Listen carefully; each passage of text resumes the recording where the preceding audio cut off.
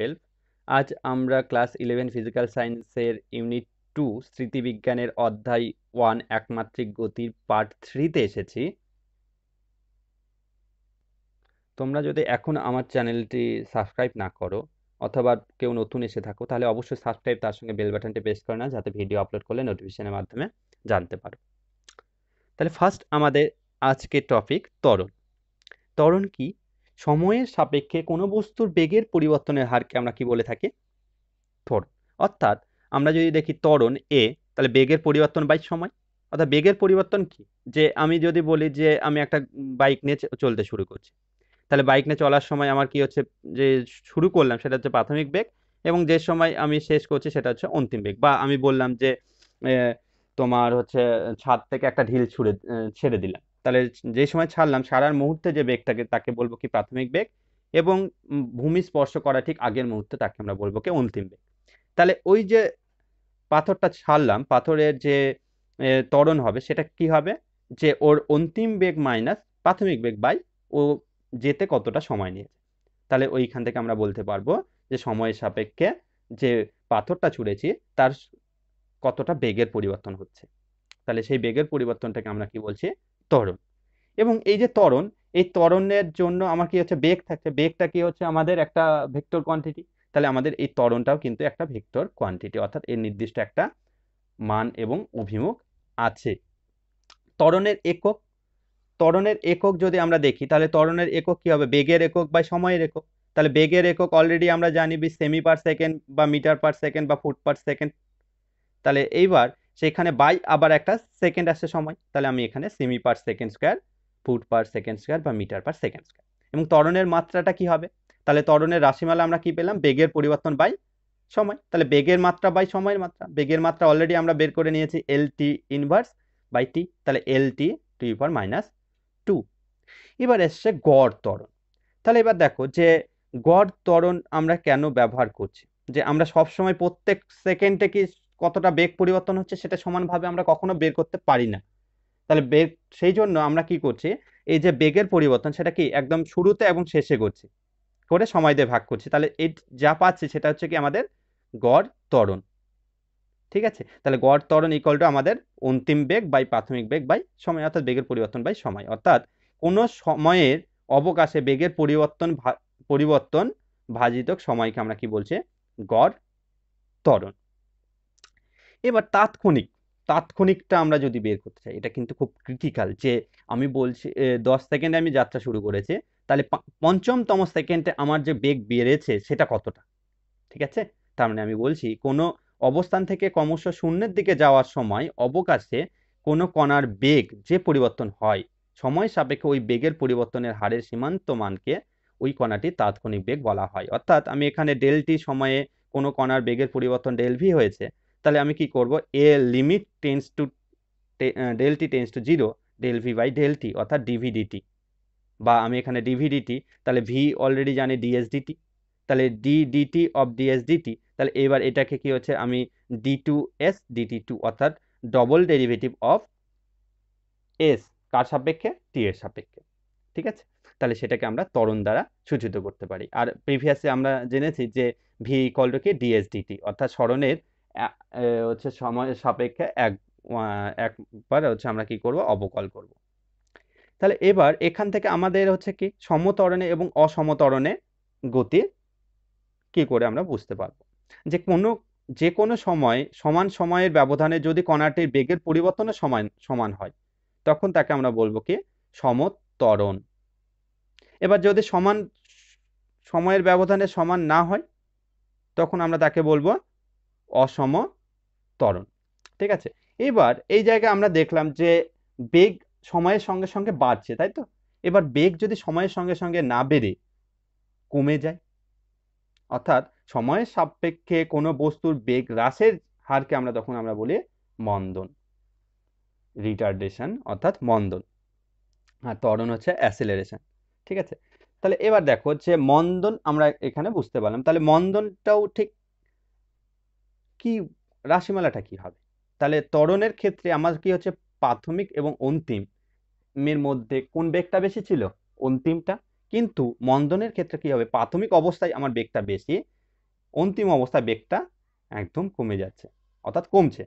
তাহলে এখানে কিন্তু আমাদের ঠিক উল্টোটা হবে, বা আমি যদি এখানে দেখতে চাই তাহলে কি হচ্ছে, উল্টোটা বলতে আমার কি হচ্ছে, যে প্রাথমিকটাই আমার বেশি হলো এবং অন্তিমটা আমার কম হচ্ছে।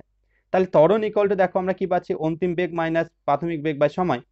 তাহলে ইকুয়াল টু কি হয়, 4 - 10/3 অর্থাৎ -2 সেমি পার সেকেন্ড। তাহলে এখানে এই যে মাইনাস আসছে, ত্বরণটা মাইনাস, কথার অর্থই হবে কি, আমার এখানে যে বেগটা বাড়ছে না, কমছে, এবং বেগ কমাটাকে আমি তখন বলবো কি, মন্দন। ঠিক আছে। এরপর অভিকর্ষজ ত্বরণ, অ্যাসেলারেশন ডিউ টু গ্র্যাভিটি। পৃথিবী অভিকর্ষ বলের প্রভাবে কোনো বস্তু বিনা বাধায় পৃথিবীর দিকে পড়ে, তখন ওই বস্তুকে যে ত্বরণ সৃষ্টি হয় তাকে অভিকর্ষজ ত্বরণ বলা হয়, এবং সেটাকে আমরা স্মল জি দ্বারা সূচিত করে থাকি। এই ত্বরণ সর্বদা পৃথিবী কেন্দ্র অভিমুখে হয় এবং পৃথিবীর ভূপৃষ্ঠের সাপেক্ষে এটা উল্লম্বভাবে নিম্নমুখী হয়। অর্থাৎ এটা যদি আমাদের তল হয় তাহলে এর সঙ্গে কি হবে, উল্লম্বভাবে এইভাবে পড়বে, অর্থাৎ লম্বভাবে পড়বে। এবং এই জি এর মানটা তোমরা অলওয়েজ জানো, যে সিজিএসটা আমাদের কত হয়, এটা 980 সেমি পার সেকেন্ড স্কোয়ার, এবং এসআইতে এটা কত হয়, 9.8 মিটার পার সেকেন্ড স্কোয়ার। এর পরবর্তীতে আমাদের আসছে এই যে সরণ সময় লেখচিত্র। নেক্সট আমাদের আসছে সরণ সময় লেখচিত্র, অর্থাৎ ডিসপ্লেসমেন্ট টাইম গ্রাফ। তাহলে আমরা দেখি যে সময় সরণ লেখচিত্র, তাহলে আমরা একটু গ্রাফিক্যাল প্রেজেন্টেশনগুলো করে দেখি। যে আমরা এক্স অক্ষ বরাবর যদি টাইম নিচ্ছি, আর এদিকে সরণ নিচ্ছি, তাহলে দেখো যে টাইম সরণ লেখচিত্র আমরা এভাবে, আমরা এক্স এবং ওয়াই অক্ষকে কি করলাম, টাইম এবং সরণ দ্বারা রিপ্রেজেন্ট করলাম। তাহলে এবার সময়ের সাপেক্ষে আমাদের কি হচ্ছে, সরণটা কি হবে, বেশি হবে, তাই না? তাহলে আমরা প্রথমে আগে দেখি যে দেখো, স্থির কোনো কণা সরণ হওয়ার ফলে তো প্রশ্ন উঠছে না, তাহলে স্থির কণা তো সরণ হবে না, যারা হচ্ছে গতিশীল তাদেরই সরণ হবে। তাহলে গতিশীল কণার ক্ষেত্রে আমাদের কি হবে, গতিশীল যদি কণা হয় তাহলে সেক্ষেত্রে আমাদের কি হতে পারে, যে স্থির অবস্থা থেকে সে আস্তে আস্তে বেগ বাড়ছে, মানে ওর দূরত্ব বেশি হচ্ছে। তাহলে স্থির অবস্থা আছে, স্থির অবস্থা থেকে ওর বেগ তোমার হচ্ছে সরণ আস্তে আস্তে বাড়ছে, অর্থাৎ সময় বাড়ছে, ওর সরণ বাড়ছে। তার মানে আমি এখানে যে গ্রাফটা পাবো সেটা আমরা কি হচ্ছে, একটা সরলরেখা দ্বারা আমি রিপ্রেজেন্ট করতে পারছি। তাহলে এখানে দেখো যে আমাদের সরণ সময় লেখচিত্র আমরা কি দেখছি, যে সময় বাড়ার সঙ্গে সঙ্গে আমাদের কি হচ্ছে, সরণটাও বাড়ছে, এবং সেটা কি লিনিয়ার, অর্থাৎ একটা সরলরেখা। তাহলে আমরা সরলরেখা দ্বারা কি করছি, সরণ সময় লেখচিত্রকে প্রকাশ করতে পারছি, যখন আমার কি হচ্ছে, গতি বস্তুটি সমবেগে যাচ্ছে, অর্থাৎ সমান সময়ে সমান সমান সময়ে সমান পরিমাণ ওর বেগের বৃদ্ধি হচ্ছে, তখন আমার কি এইরকম গ্রাফিক্যাল রিপ্রেজেন্টেশন পাবো। তাহলে আমাকে এখানে এটা মনে রাখতে হবে যে কি হচ্ছে, সে সমবেগে যদি গতিশীল হয় তাহলে সেক্ষেত্রে আমাদের কি হবে, যে ওর যে প্রেজেন্ট অর্থাৎ গ্রাফিক্যাল রিপ্রেজেন্টেশন সেটা কি হচ্ছে, আমার সরলরেখিক হচ্ছে।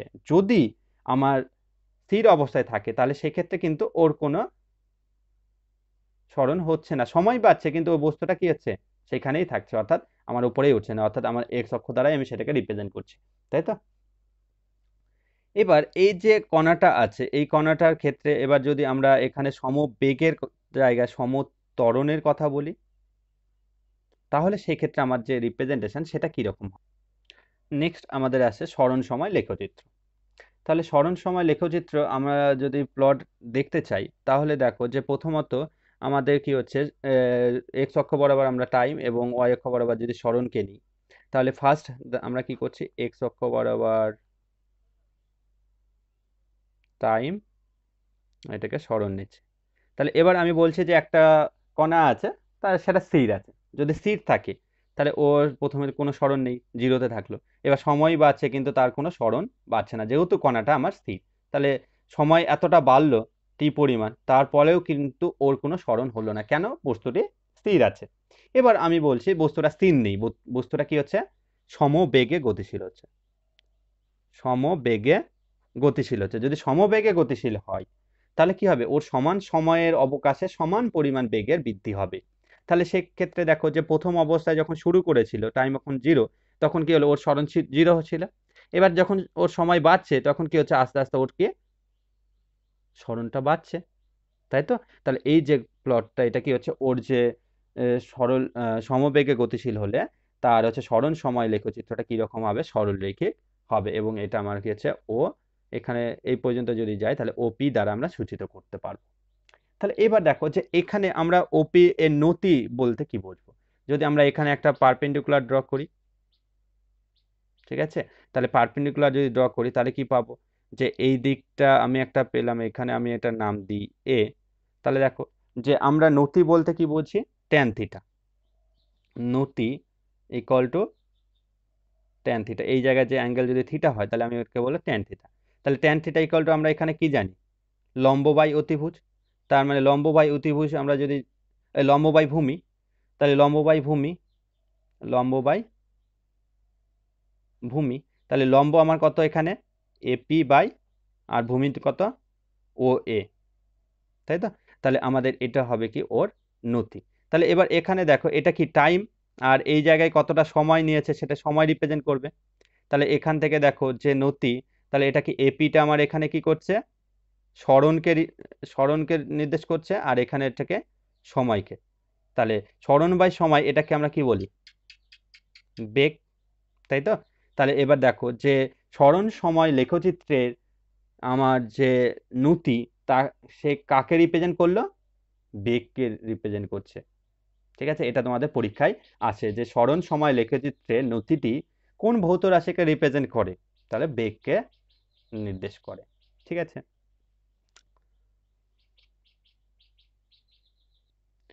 নেক্সট আমাদের এখানে এই যে সরণ সময় লেখচিত্রের মধ্যে আমরা এবার দেখছি থার্ড পজিশন, যে অসমবেগে গতিশীল কোনো কণা। অসমবেগে যে কণা গতিশীল হচ্ছে, সেই কণাটা আমাদের কি অসমতরণ বা সমতরণ দুই রকম ভাবেই চলতে পারে। যদি কণাটি অসমবেগে সমতরণে চলে তাহলে তার ক্ষেত্রে সরণ সময় লেখচিত্র কি হবে, অসমবেগে অসমতরণে চলে তাহলে তার ক্ষেত্রে আমাদের সরণ সময় লেখচিত্র কি হবে, সেটা আমরা এবার দেখব। দেখো যে সরণ সময় লেখচিত্র, যদি আমার অসমবেগে, যে সমান সময়ের অবকাশে সমান বেগের পরিবর্তন হচ্ছে না, কিন্তু ও কি হচ্ছে, সমত্বরণে চলছে, তাহলে সেক্ষেত্রে আমার যে গ্রাফিক্যাল প্লটটা সেটা আমাদের এইরকম হবে, যে আমাদের এখান থেকে আস্তে আস্তে আস্তে আস্তে বাড়ছে, অর্থাৎ অধিবৃত্তের মতো হবে। যে অধিবৃত্তটা আমাদের দেখতে কিরকম হয় আমরা পরবর্তীতে পড়বো, যে অধিবৃত্তটা দেখতে আমাদের কিরকম হয়, এইরকম, তাই তো? তাহলে আমাদের এই টাইপের একটা, যে একটা পোর্শন আমি পাচ্ছি, এই পোর্শনটা আমি পাচ্ছি এখানে, তাই না? তাহলে এটা আমাদের দেখতে কিরকম হবে, অধিবৃত্তের মতো। আর এবার যদি আমার অসম ত্বরণে চলে, তাহলে সেক্ষেত্রে আমরা দেখব এটা কোনোরূপ নেচার পাবো না, এবং এটা আমাদের কি হবে, একটা বক্ররেখা দ্বারা প্রকাশ করবে, যে কিছুটা লিনিয়ার যাচ্ছে, লিনিয়ার যাওয়ার পরে আবার কার্ভ হিসাবে যাচ্ছে।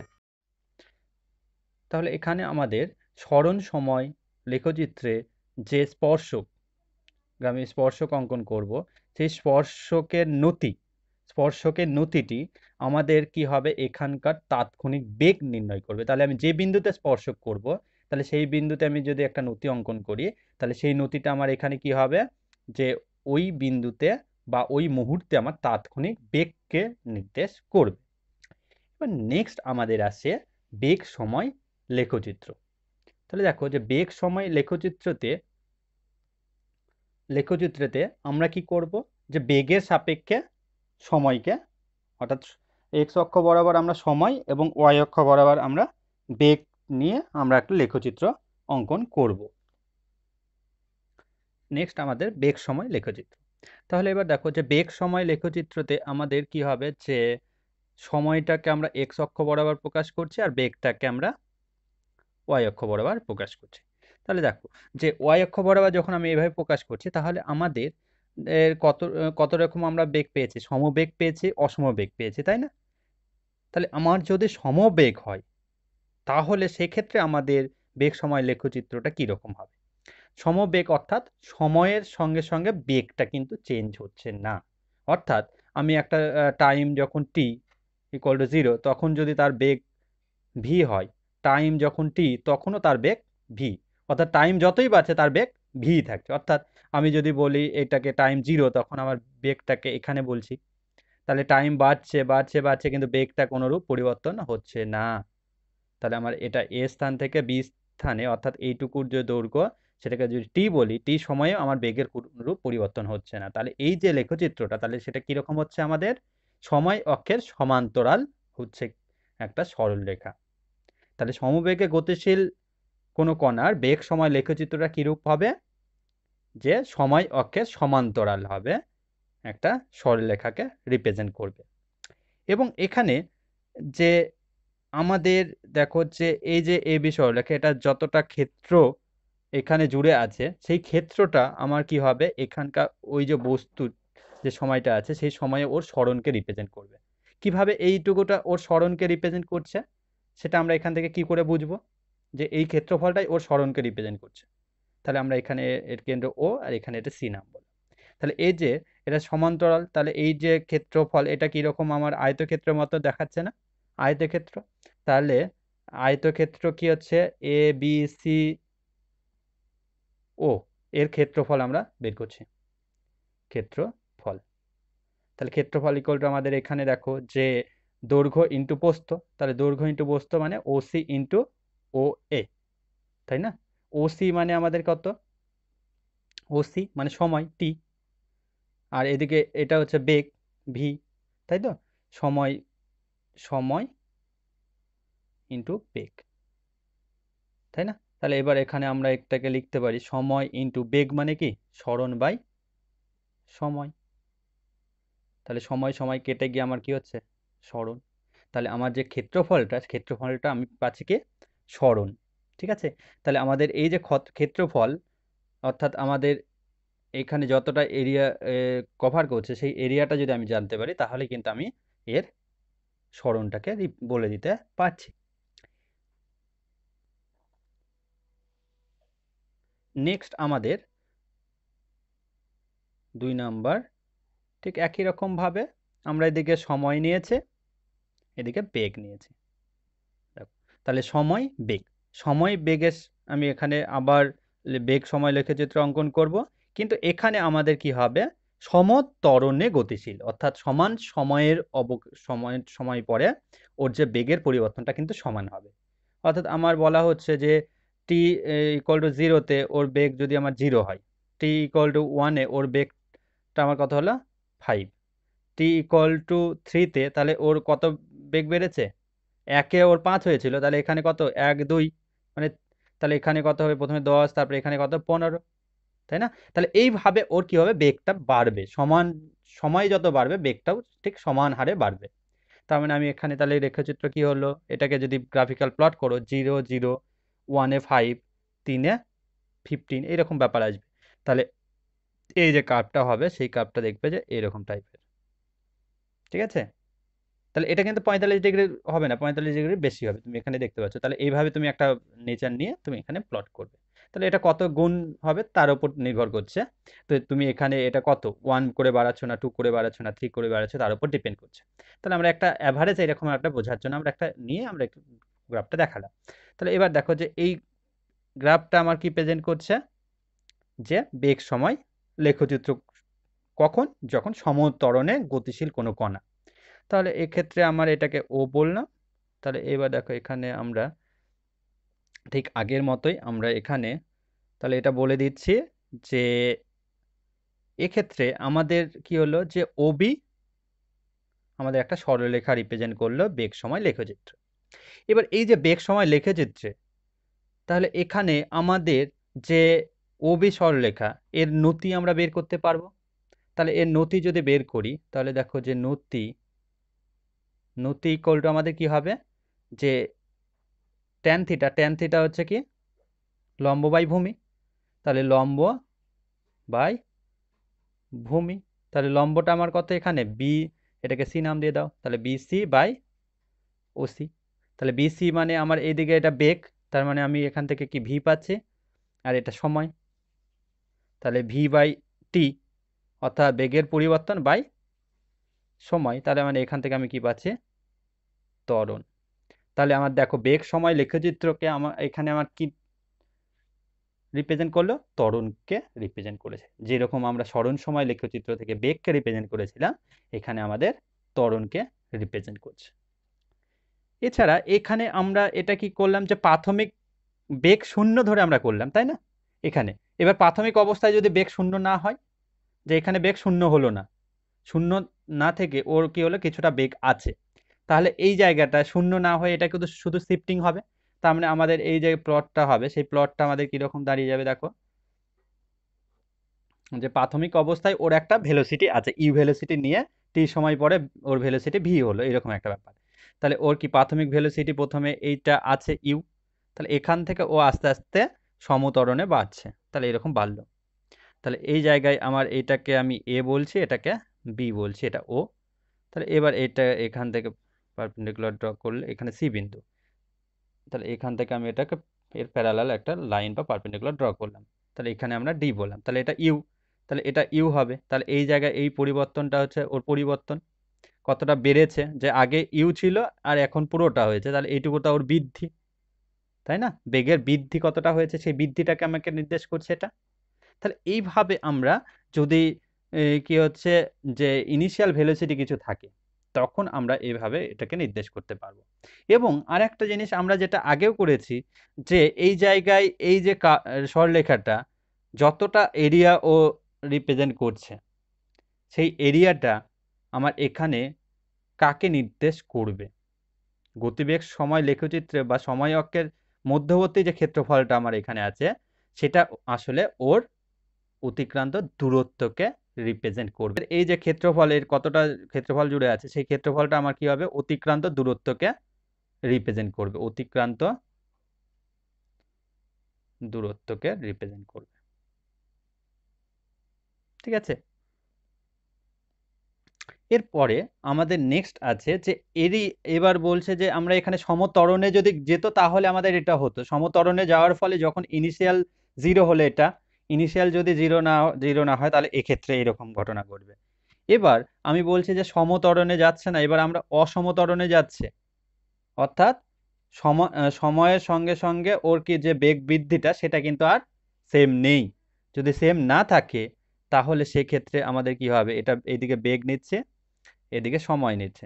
এবার বললাম যে ওর এইরকম পজিশন থেকে ওর ভেলোসিটি একটা বর্তমান, এবার সময়ের সঙ্গে সঙ্গে ওর বেগটা বাড়ছে, কিন্তু এই সময় কি হলো, ওর বেগ যে বৃদ্ধি হলো, সেটা কিন্তু আর সরলরৈখিক হলো না। কেন?